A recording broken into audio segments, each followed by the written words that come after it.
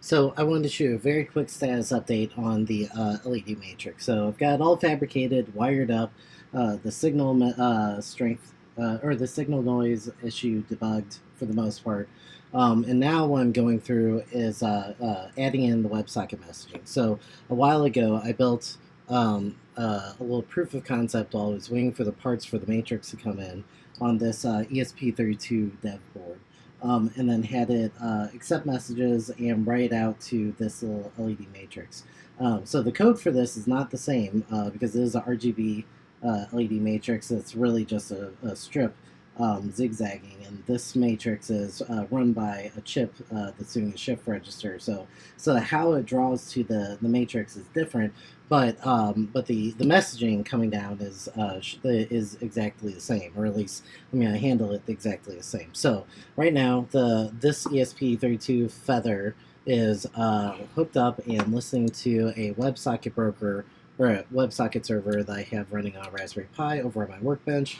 So we're ready and listening, and I'm gonna pop up a tool called Websocket to send in the byte array information. So when we're looking at the hex values here, it's a little bit easier to see whenever we look at a calculator. So each of these /x characters are a hexadecimal representation of a binary number. So if we look at the FF, that first number, what we're seeing is we're saying send over a full row of ones, and there are 8 of these, which correspond to each of the LEDs on one row of the matrix. So we can see we're saying, okay, for this first row, light up everything. For the second row, 81, we want to light up just the outsides, like the 2 far pixels.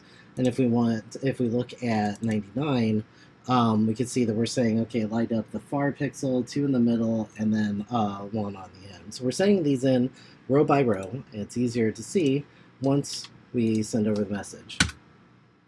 So now we can see these instructions, and actually this is probably the easier way of showing it. It's like, okay, for the first row, light everything up, or at least green is the default background color, magenta is what we're saying light up. Activate each of those pixels and do it row by row until you end up with this box pattern. So there's still a bunch to do. There's still some rendering stuff I need to do, and then I need to tie it in with the rest of the game on the web browser. So still a bunch to go, but it's really cool to hit this point where I can shoot messages over from my computer to the matrix and have the pattern show up the way that I expect it to, and not some other weird way. So it's pretty cool.